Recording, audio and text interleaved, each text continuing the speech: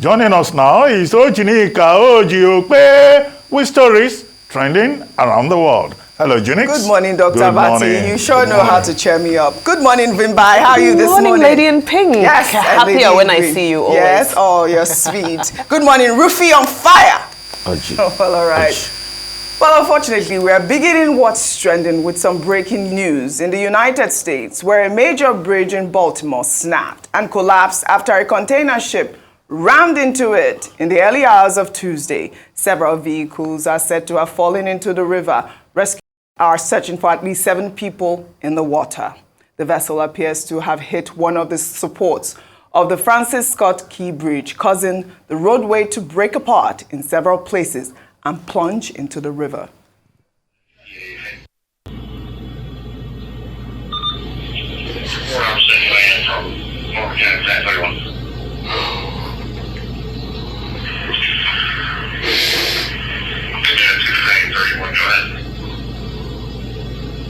Yes, sir. Already starting to arrive over here at the port at the FDA headquarters. R62 is around your location now. He just arrived. You can liaison with him. Responders are calling this a developing mass casualty event. Vimbai, you did show me a video, apparently in a video that was posted on X, a ship caught fire and thick black smoke blowed out of it. I mean, the emergency rescuers, like I said, are still searching for cars that fell into the water in the United States. It's such a sad event and obviously will affect a lot of people. And it goes to show that accidents do happen everywhere around the world. Absolutely. So this is a 1.6 mile long bridge. It's a major, besides its historical significance, it is a major access point in Baltimore. What we do know is the ship was carrying a Singapore flag. As you said, it's a freight carrier, was coming out of the port of Baltimore. The number has gone up to 20 vehicles that are said to have plunged into the water.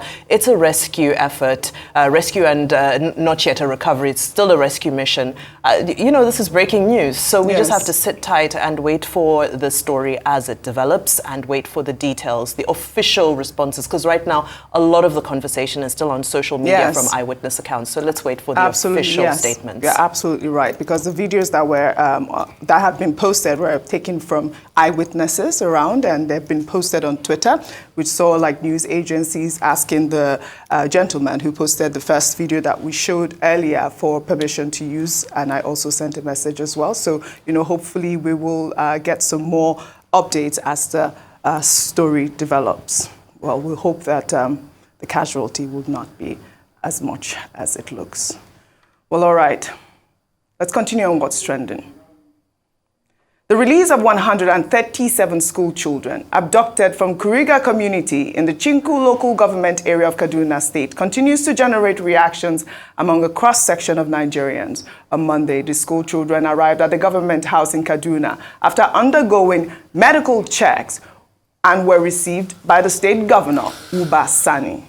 The federal government saying no ransom was paid to secure the release of the children. The Minister of Information and National Orientation, Mohammed Idris, made the announcement at the State House in Abuja, eliciting reactions. As promised by Mr. President, these children were reunited or have been rescued from these captives. And as usual, and in keeping with the commitment of Mr. President,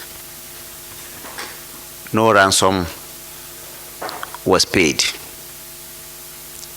We are very grateful to the Federal Executive Council and Mr. President are very grateful to especially the National Security Advisor, the service chiefs, and all security agents who participated diligently in ensuring that these kidnapped children are reunited with their families. I'm sure that you know that this will be hard to believe by a lot of Nigerians on social media because obviously, we haven't seen the people that have been arrested, the kidnappers, the terrorists that have been arrested at this point. Let me take a reaction. This is from Dumebi, who wrote, "No issues. We're glad the students are back, just as they left. And we thank the terrorists for their soft heart, for going through the travails of kidnapping the students and releasing them one fine evening." I mean, that was a mischievous tweet, but obviously that's the rhetoric out there. You know, people are saying, how is it that the terrorists just released those children without paying ransom? Well, in the meantime, a video posted by security analyst and counter-insurgency expert Zagazola Makama on X, showing a man flaunting wads of Naira notes after the release of the abducted Kuriga school children has gone viral. The video was originally posted on TikTok by a user with over 3,000 followers. Zagazola Makama, an independent counter-terrorism network covering terrorism activities in the Lake Chad region, reposted the video with the caption, "Audacity, Bandit on TikTok, flaunting and showing off ransom money he collected from his victims." Let's go look.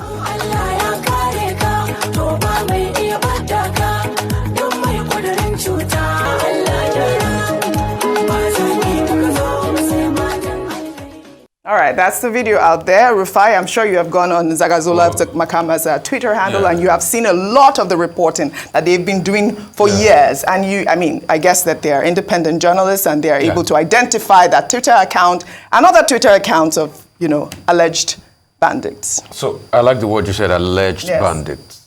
And I want to keep it in the realm of allegation because it's very sad, because this is something that just robs you of your mental consciousness. Absolutely. If this is actually true, that a bandit is flaunting money like this, or anybody is flaunting money like this even in the first place. Yes, that's number one.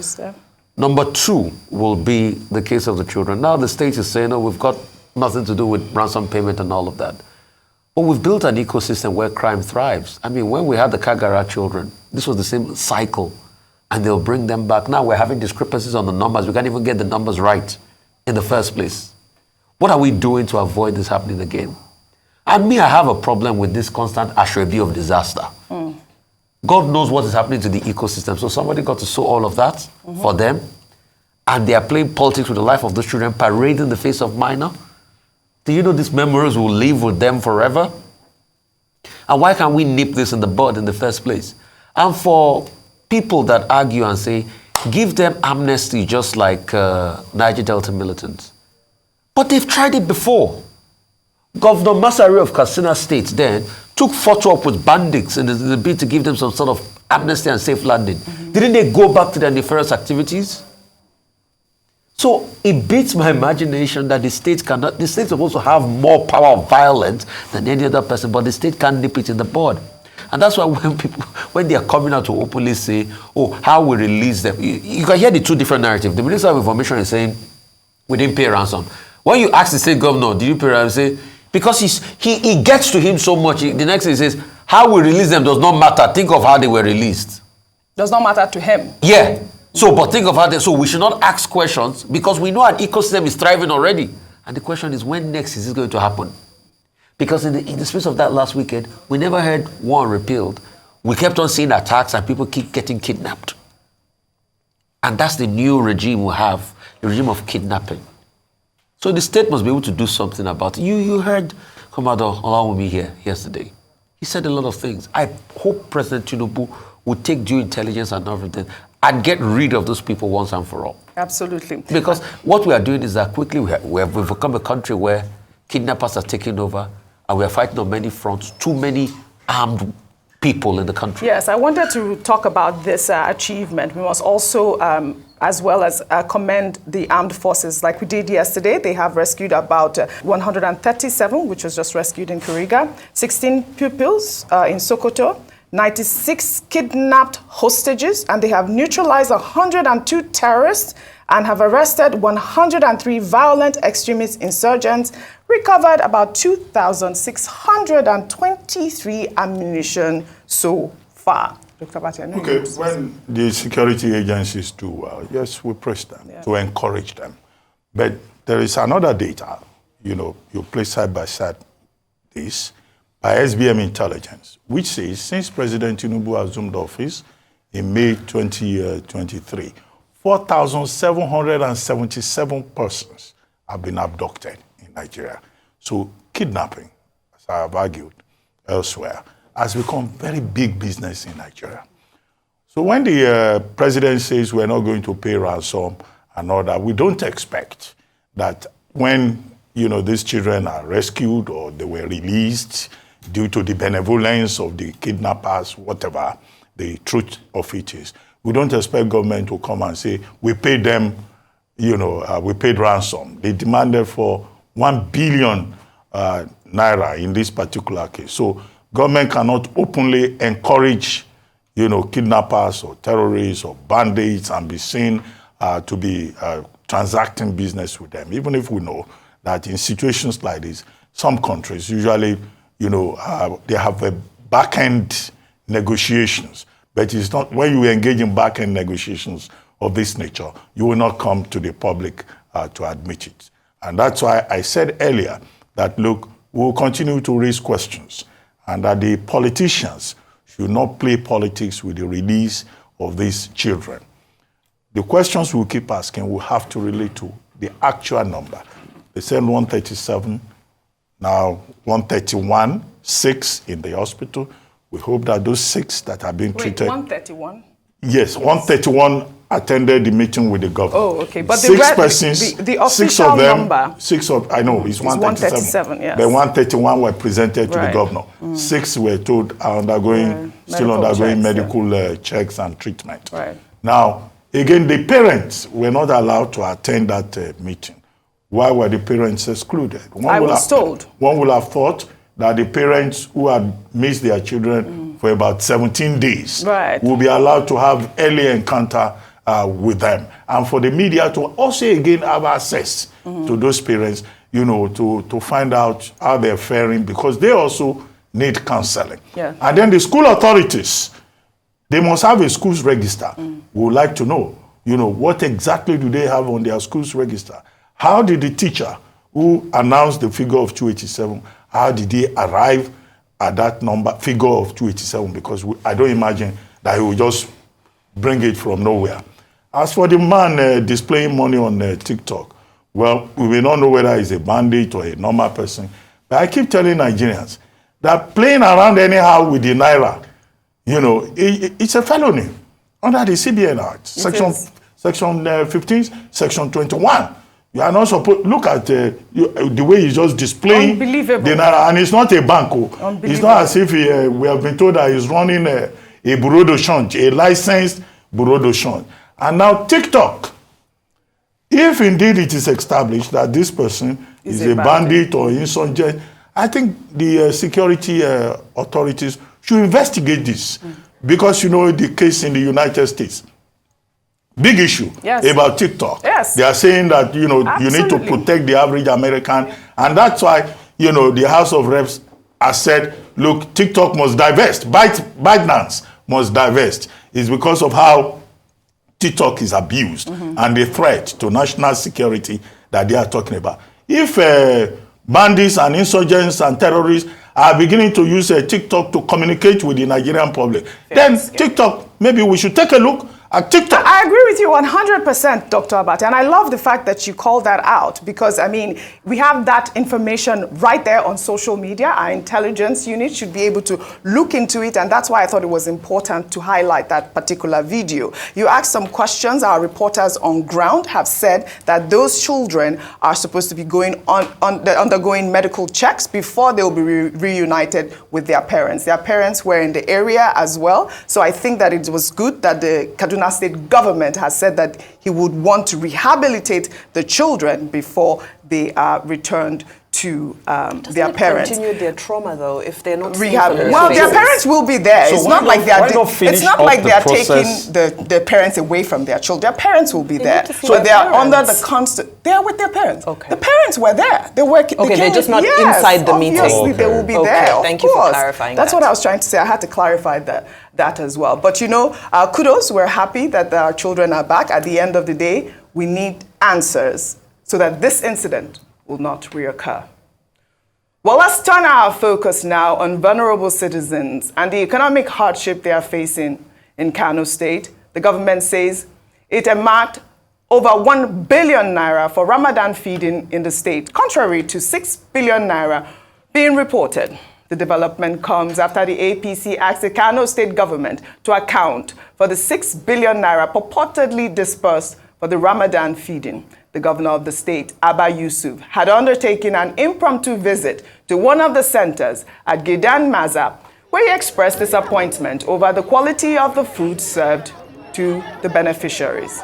Look at this nonsense. Look at this nonsense.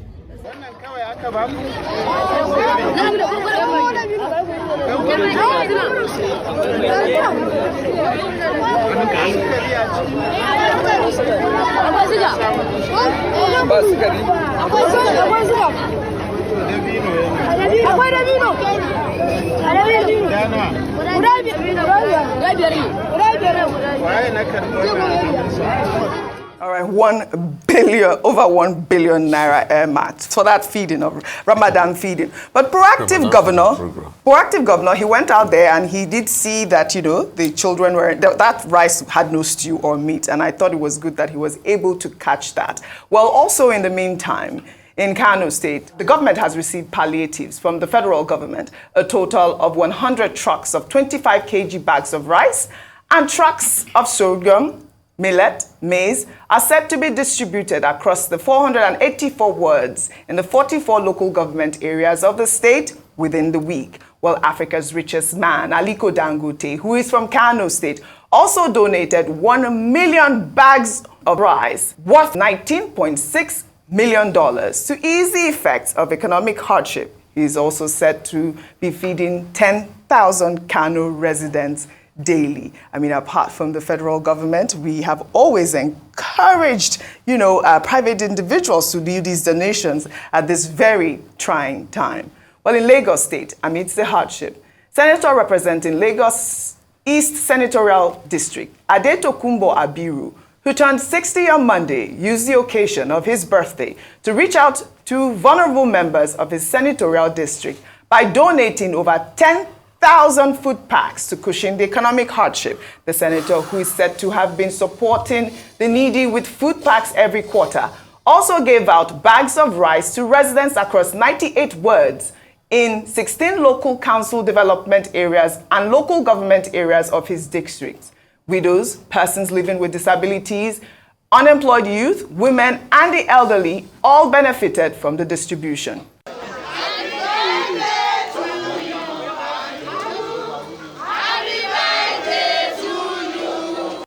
All right, this was great to see on social media yesterday. 10,000 residents benefited from that.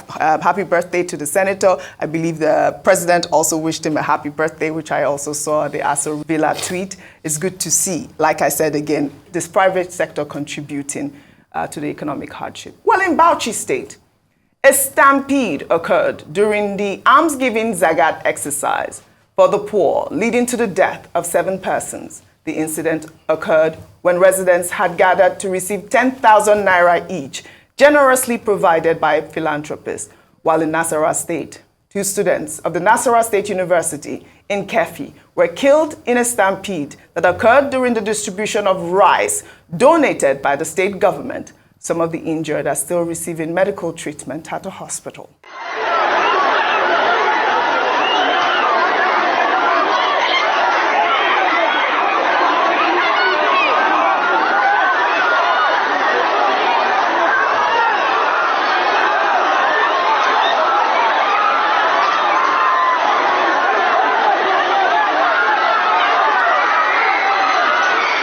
All right, Dr. Abati, over to you. Well, first, you know, let's thank, you know, the well-meaning individuals, philanthropists, like Aliko Dangote and others, who during this season, the holy month, and in the face of the widespread poverty and hunger in the land, provide food, you know, for the vulnerable, not for political reasons, but out of the kindness of their, you know, hearts. So it's good to see that. But let's make a point. It's also important to organize this very well. You know, last month we had the case in Lagos State whereby customs was selling rice, you know, at a subsidized rate, you know, bags of rice that had been seized from smugglers. And on that occasion, 5 people died. Customs had to discontinue it. Now we hear that in Bauchi, 7 persons also died in a stampede trying to have access to, palliatives provided by the state government.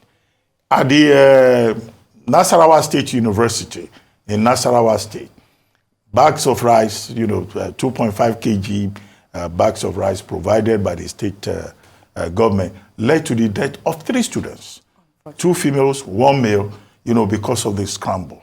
Now, the whole issue is about making sure that, this distribution of palliatives does not result in deaths, needless deaths. I mean, it could be better organized. But it speaks to the kind of crisis that we're facing in the country, the hunger in the land.